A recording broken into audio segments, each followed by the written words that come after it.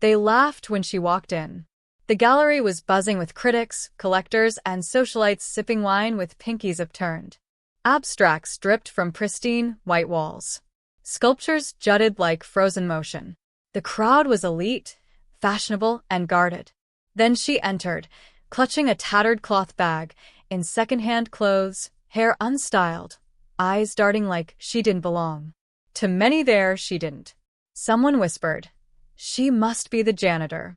Another said louder, "No, no, she thinks she's an artist." They all smirked. She said nothing. She'd arrived in the city with almost nothing, no apartment, no credentials, no connections. Just a few rolled-up canvases and an old portfolio that barely held together. At one point, she'd lived in a shelter, painting with donated supplies in the back room, storing her works in cardboard tubes under bunk beds. The staff called her Asterisk, the quiet one with the weird colors. Asterisk. She remembered that day vividly. A chilly Tuesday. She stood in a long line, holding her portfolio, outside a gallery hosting an emerging artist critique. Artists in designer coats ahead of her, portfolios made of leather, resumes stacked with scholarships, gallery shows, MFA degrees. She kept her head down. When it was her turn, the man behind the desk, sharp suit, sculpted hair, barely looked at her. He took one glance at her art and gave a polite chuckle. "Too simple," he said, flipping through the pages like they were kindergarten scribbles. "Try again next year." Next year. She didn't have another year. She walked out, humiliated but not broken. What they didn't know was that her art wasn't for them. Not at first. It was for him, her brother. The only family she'd had left now gone. She used to paint when he was in pain, when his body failed him, when the hospitals ran out of answers. Each piece was a conversation they never got to finish. A secret message. A heartbeat on canvas. One day, while painting in the park, a little girl stopped to stare. "It looks like a dream," the girl whispered. Her mother took a photo, then asked to buy the painting. That was the first sale. Weeks later, more people stopped. Some took photos. Others asked for commissions. She painted anything: faces, memories, grief. Her pieces began spreading online, unlabeled, unsigned, but unmistakably hers. They called them mystery color paintings on art forums. Videos analyzing her brush strokes started to go viral.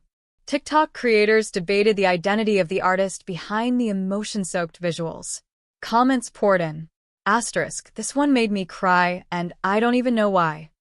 Asterisk. Asterisk, "There's something familiar in this. I can't explain it." Asterisk. Asterisk, "The depth. The sadness. The hope. Who is she?" Asterisk. One day, a curator from a private museum reached out, quietly, anonymously. He'd bought one of her originals online from a thrift seller who didn't know what they had. He wanted to meet her. Not for a deal. For an exhibition. At first, she didn't believe it. Thought it was a scam. But she showed up anyway, carrying 3 new pieces that had never been seen. The museum was nothing like the gallery that mocked her. No flashing cameras. Just clean halls. Real walls. Space for the story to breathe. She was given no promises, no spotlight. But months later, the world noticed. A new exhibit launched. Asterisk, "The Lost Voice. Paintings by the Invisible Artist." Asterisk, her canvases hung alongside classics and modern masters, vibrant, haunting, raw. Visitors wept.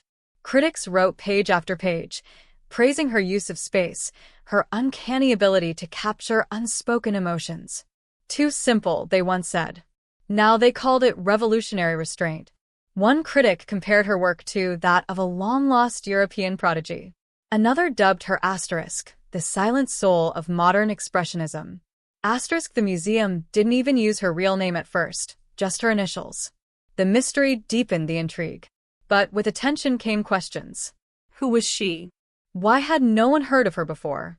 And why did her paintings feel like a secret confession? The twist came when a journalist, digging deep, uncovered the truth. Her past, her time on the streets, the shelter logs, the death of her brother, the original gallery that rejected her, now trying to buy her work for 5 figures. And then came the offer. A buyer from overseas, anonymous, high-profile, wanted to purchase the entire collection. Every piece, every canvas. A sum large enough to buy her anything she wanted. She said no. Instead, she gave one painting to the museum, one to the shelter, and one she kept, wrapped in an old sheet, hidden away. What the world still doesn't know is that she was never in it for the fame.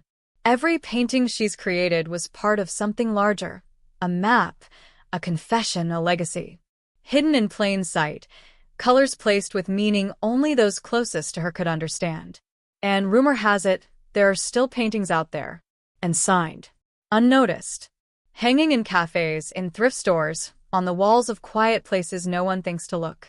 One day, someone might find one. They might recognize the style, the message, the heartbeat, and they might realize the truth.